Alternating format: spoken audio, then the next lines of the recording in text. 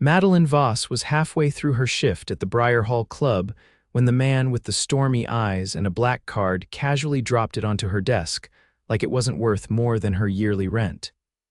"You're not on the usual list," she said, glancing up. "Guest of a member," he leaned on the counter, his tailored navy coat brushing against the marble. "I am a member," she blinked. The Briar Hall didn't exactly hand out memberships like candy. It was a private club for the city's wealthiest and most influential. CEOs, politicians, old money types. Not that she rubbed elbows with them much, signing them in was as close as she ever got. "Name?" she asked, trying to keep her voice even as her eyes flicked to the gold-embroidered crest on his coat sleeve. "Xavier Orlan." Her fingers froze above the keyboard. That name, she knew it. Everyone knew it. He'd made headlines a year ago when he sold his tech company for over $200 million. Since then, he'd gone quiet, no interviews, no social media, just vanished. And now here he was, standing 2 feet from her, asking if she could validate his black card like he wasn't half the reason this club stayed afloat. She cleared her throat. "Welcome, Mr. Orlan," his eyes locked on hers. "You're new. I've been here 7 months, still new." He smiled slightly, eyes flicking to her name tag. "Madelyn," she looked away. "If you go through the main hall, the lounge is to the right." But he didn't move. "Are you working the whole night?" "Yes." "Good." Then he walked off without another word. Madelyn stared after him, heart thumping harder than it should have. She shook it off. Guys like him didn't notice girls like her.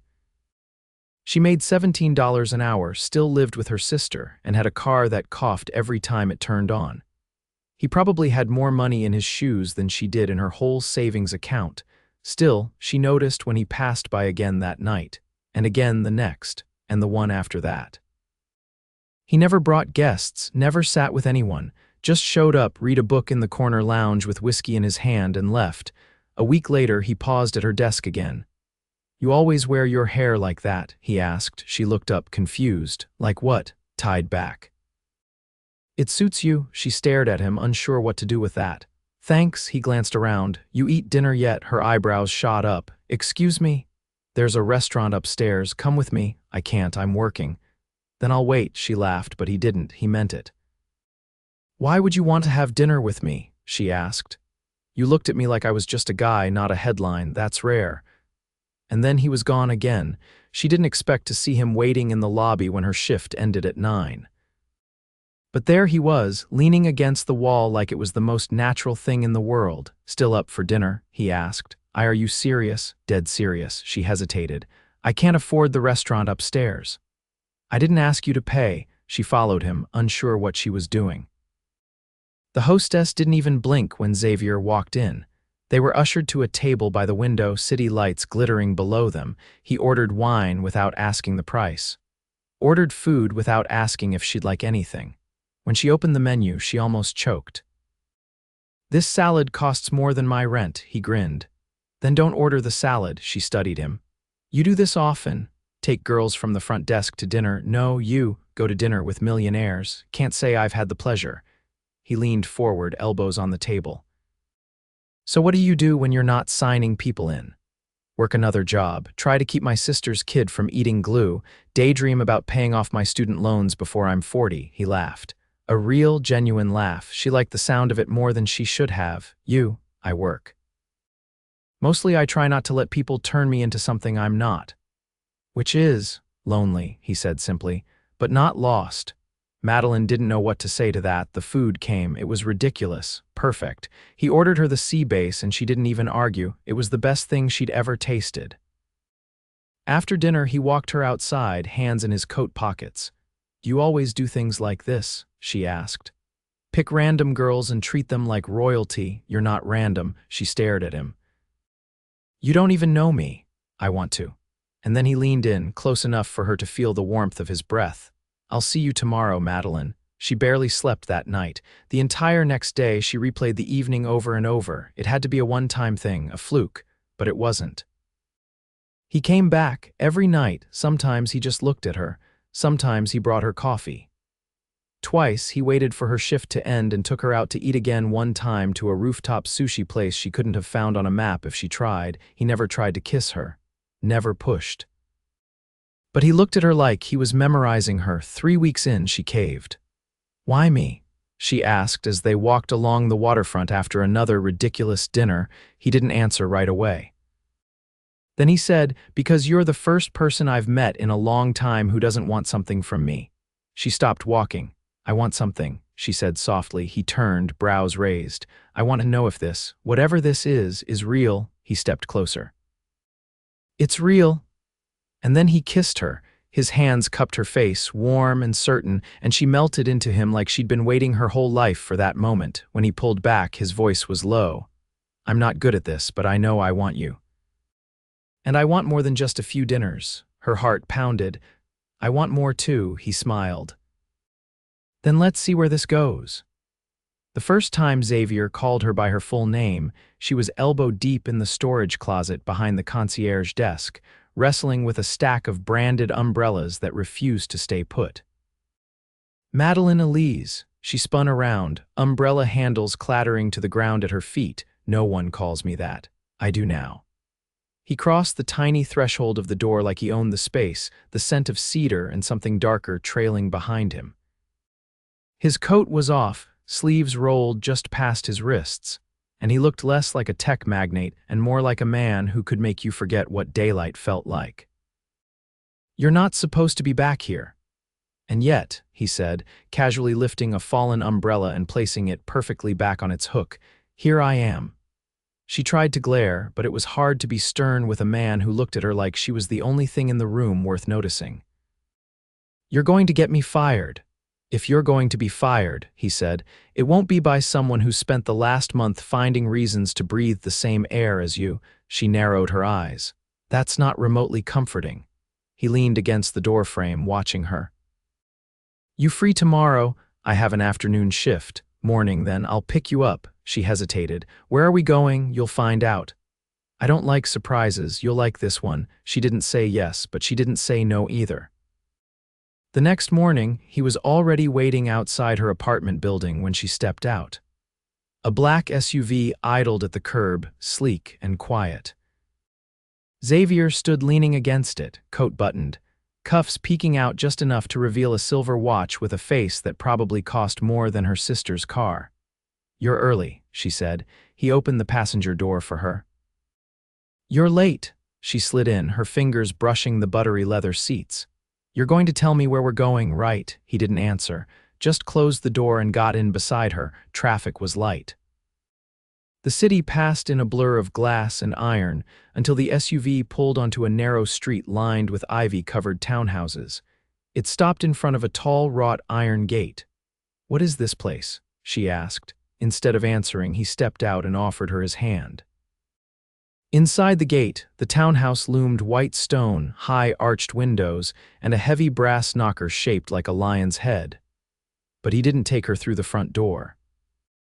Instead, they walked through a side entrance, up a narrow flight of stairs, and emerged onto a rooftop that stole the breath from her lungs. Strings of soft lights crisscrossed over a private garden. A table sat in the center, already set for two, crystal glasses catching the morning sun. In one corner, a barista she didn't recognize stood behind a gleaming espresso machine. "You made a rooftop cafe," she said quietly. "I borrowed a rooftop cafe," he corrected. "This place belongs to a friend. He's in Geneva this week." She turned in a slow circle, taking it all in. "You do realize this is insane. I wanted to have coffee with you somewhere no one else could interrupt." She sat, stunned silent, as the barista placed a latte in front of her, the foam shaped into a perfect rose. Xavier didn't touch his drink. He just watched her. "You're not what I expected," she said finally. "What did you expect? Someone colder, distant, maybe a little arrogant. I can be all of those things. But you're not." "I am," he said, "just not with you." She took a sip of the latte and exhaled. "If you keep doing things like this, I'm going to start thinking you're in love with me." He didn't flinch. "What if I already am?" She stared at him. "Don't. I'm not joking. That's not something you say lightly. I'm not saying it lightly." She looked away, heart pounding. "We barely know each other." "I know enough. You don't know how I react when I'm angry or how I get quiet when I'm scared. You've never seen me on a bad day." "I'd like to. You don't even know my favorite book." The Secret History, he said. You highlighted a quote from it on your phone the other day when you thought no one was looking. She blinked. You saw that. I notice things. She set the cup down. You're not supposed to see that much. I want to see everything. She didn't know what to say to that. After breakfast, he drove her to work himself. The SUV pulled up to the curb outside the club, and for a moment she just sat there, unsure how to step back into her ordinary life after a morning like that. Will you come again tonight? She asked. He tilted his head. Do you want me to? Yes. Then I'll be here. She climbed out, her heart feeling heavier than it should have. That evening he didn't show. By 10 o'clock her chest was tight with disappointment. By midnight her thoughts raced with possibilities, an emergency, a flight, an accident. When she left the club at 1 in the morning, the city felt sharper than usual. Lights too bright, pavement too unforgiving. Her phone rang just as she stepped onto the subway platform. She didn't recognize the number. Madelyn, the voice was unfamiliar, male, clipped. Yes, I'm calling on behalf of Mr. Orlan. He's at Mount Mercy Hospital. She froze. What happened? There was an incident. He's stable, but he asked for you. She didn't speak. She just turned and ran. The emergency room was quiet when she arrived. A nurse led her down a long corridor and stopped outside a private suite. The door opened, and there he was, pale, shirtless under a hospital gown, a deep gash across his shoulder bandaged in crisp white gauze. He looked up the moment she walked in. You came. She crossed the room without thinking, her knees hitting the edge of the mattress. What happened? Wrong time, wrong block, he said. Guy tried to take my watch, didn't like being told no. She reached for his hand. He gripped hers immediately. You scared me, she whispered. You didn't have to come. I didn't think, she said. I just ran. His fingers tightened around hers. I think I'm falling in love with you, Madelyn. She lowered her head, forehead resting against the back of his hand. Then you better not die. Madelyn had barely caught her breath since Xavier's accident. In the 3 days he'd been in the hospital, she hadn't left his side for longer than a few hours. He'd insisted she go home to rest, but she couldn't bring herself to stay away, not when he looked at her with quiet relief every time she walked back through his door. But today, he was being discharged. When she arrived at Mount Mercy that morning, carrying the soft cotton hoodie he'd asked for, he was already dressed, loafers on, jacket folded neatly on his lap, ready to leave. His shoulder was stiff, but the doctors said he'd heal without surgery.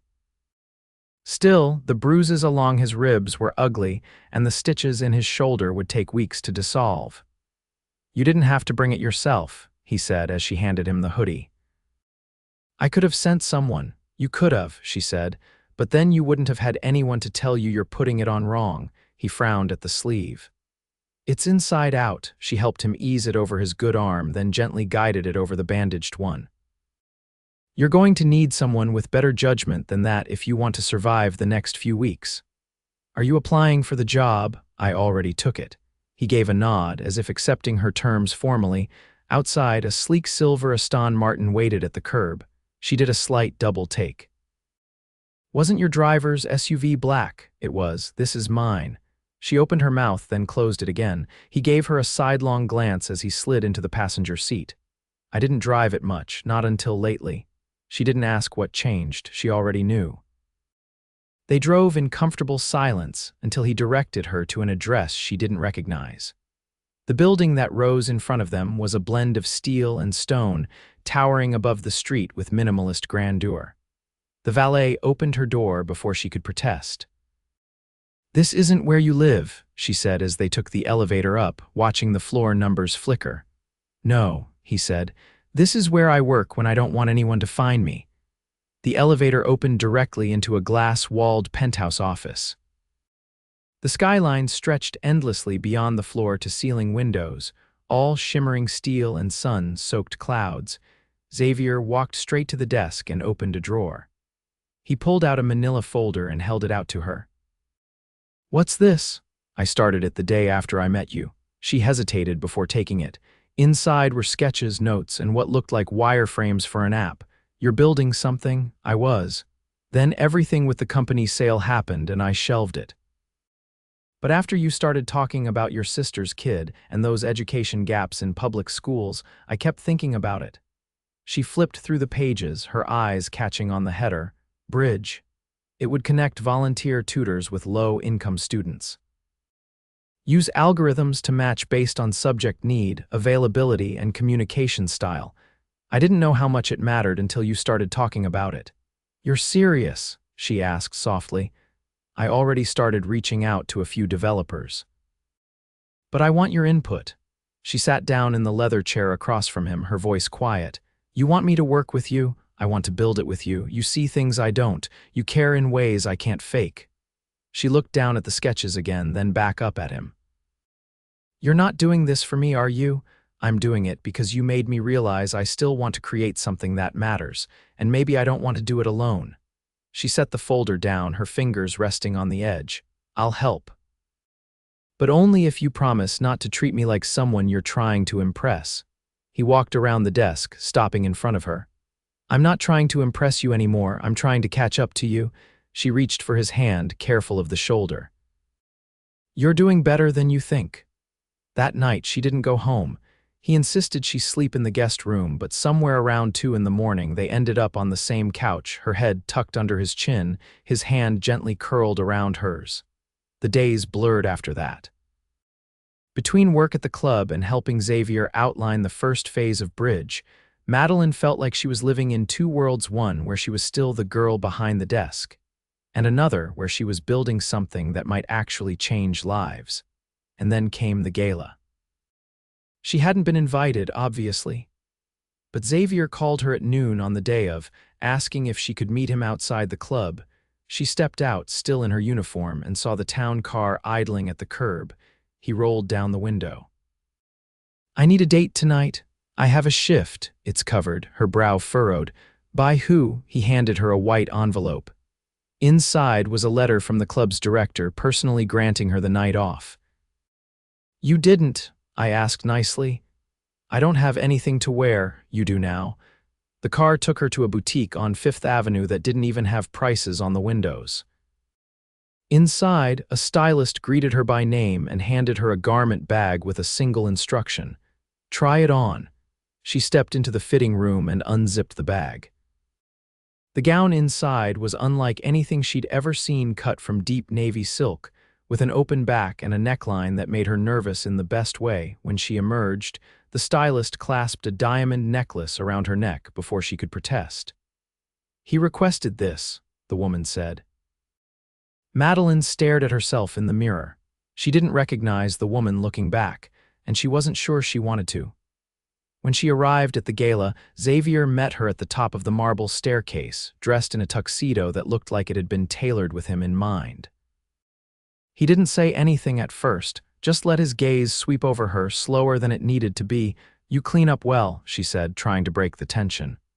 You're dangerous in silk, he replied. They didn't dance right away. Too many people wanted to speak with him, investors, former colleagues, politicians. She stood beside him, politely ignored, until a woman in emerald earrings gave her a once-over and asked, And you are? Madelyn opened her mouth, but Xavier answered first. She's the reason I'm building again. The woman blinked, turned to Madelyn, and nodded like she'd just been told to take a seat at the grown-ups' table. Later, when the music slowed and the lights dimmed, Xavier led her to the floor.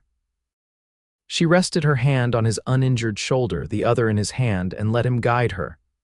You didn't need to show me off, she said. I wasn't showing you off, he replied. I was showing them what matters to me. She met his eyes. What does this mean, Xavier? He stopped moving. It means I'm in love with you, and I don't care if anyone else understands why. Her heart stuttered. I'm not a project, she whispered. I know, and I'm not your redemption. You're not, he said. You're the one thing that feels real. She felt the truth in it, heavy, unshakable. She leaned in closer, her mouth near his ear. Then don't let me go, he didn't. The first time Madelyn walked into Xavier's penthouse as something more than a guest, the city was cloaked in rain. She hadn't planned to come, she'd meant to go home after work, microwave leftovers, and collapse. But his voice on the phone had been quiet, unusually so, and when she'd asked if something was wrong, he'd only said, Just come. She did. The elevator opened into the great room, where floor-to-ceiling windows flickered with streaks of lightning beyond. Xavier stood barefoot by the glass, sleeves rolled, collar undone, a single amber drink in his hand.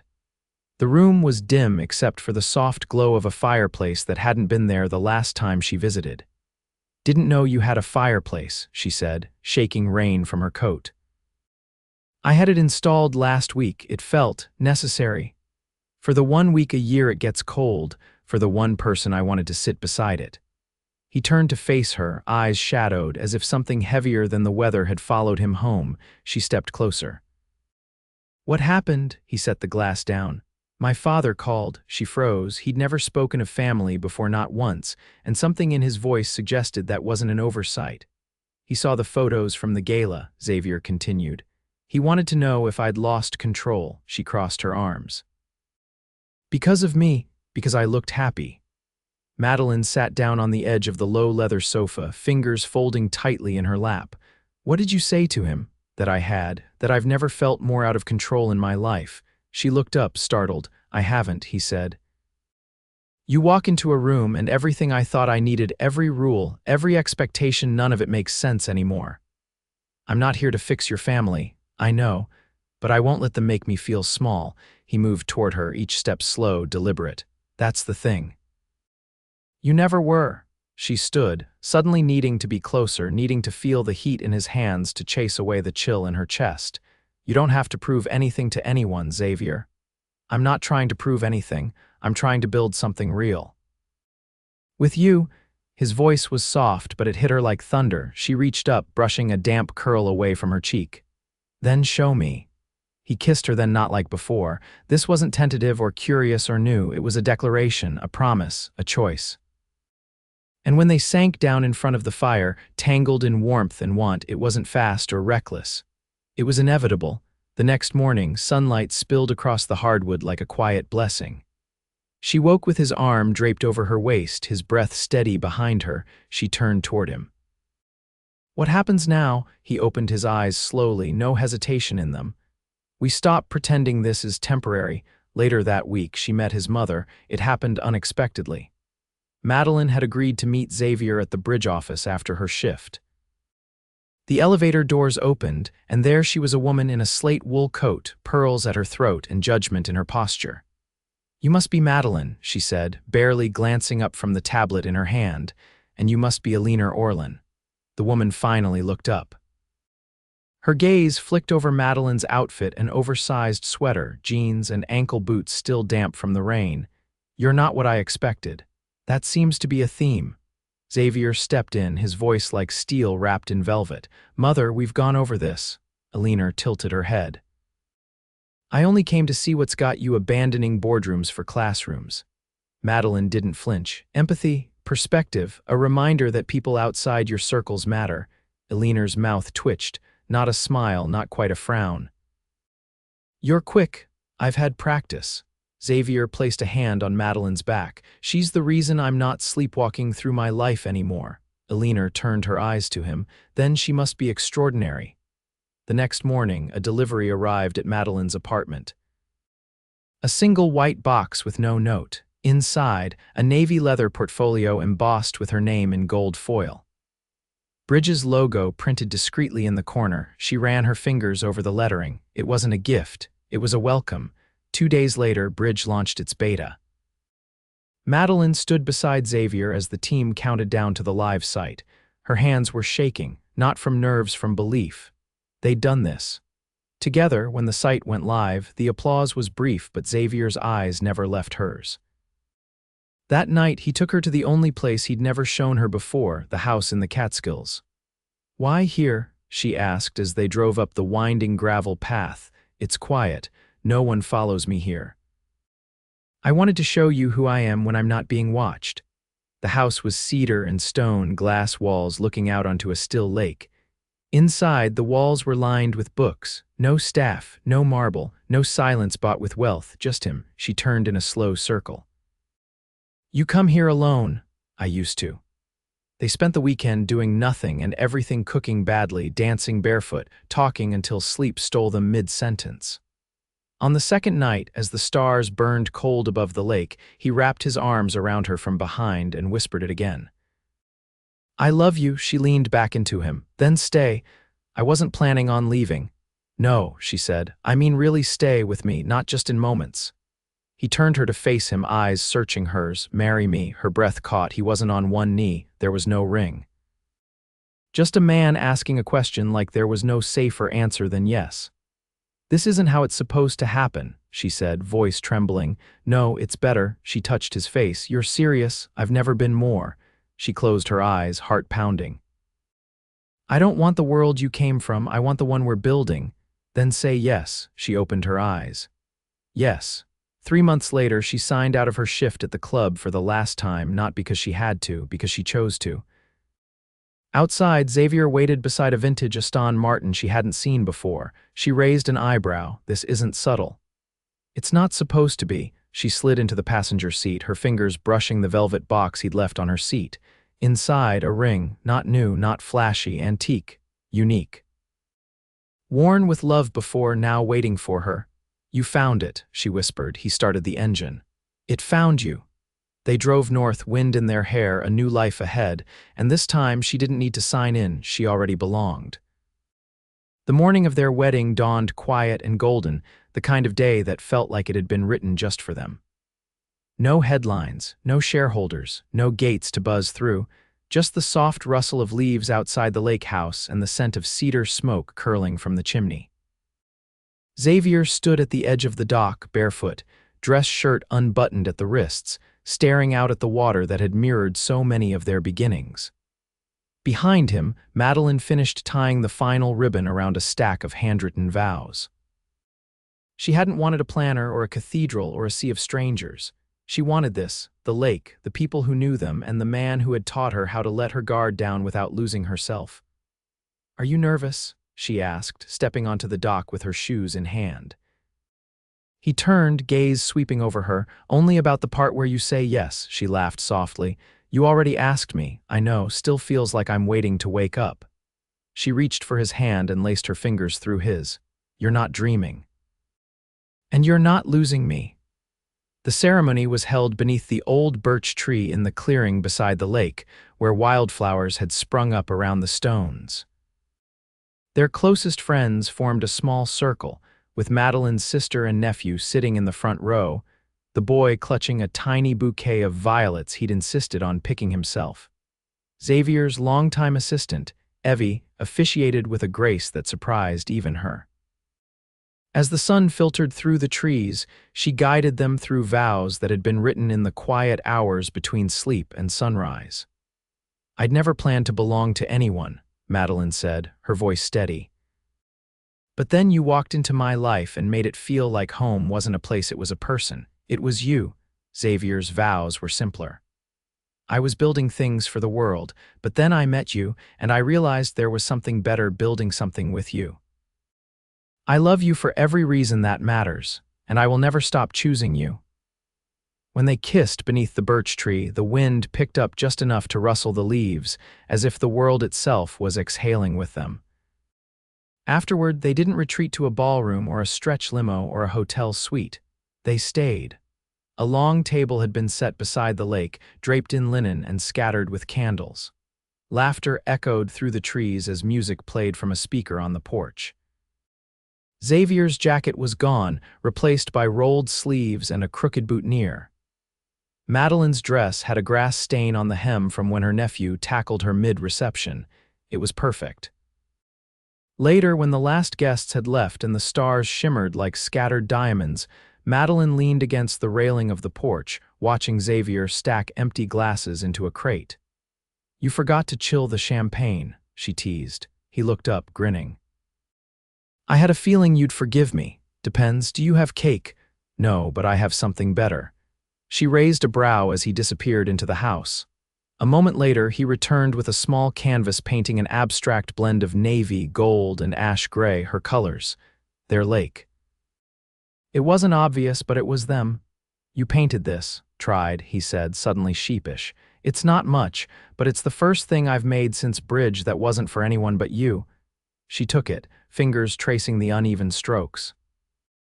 You're getting better at this, at painting, at showing up. He stepped closer, cupping her face gently. You make it easier. They didn't honeymoon in Paris or Tuscany. Instead, they spent 2 weeks driving the coastal towns of Maine, stopping wherever the air smelled like salt and the signs were hand-painted.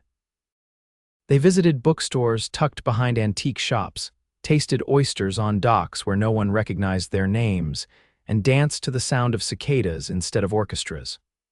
One afternoon, parked at a cliffside overlook, Madelyn turned to him as he adjusted the rearview mirror.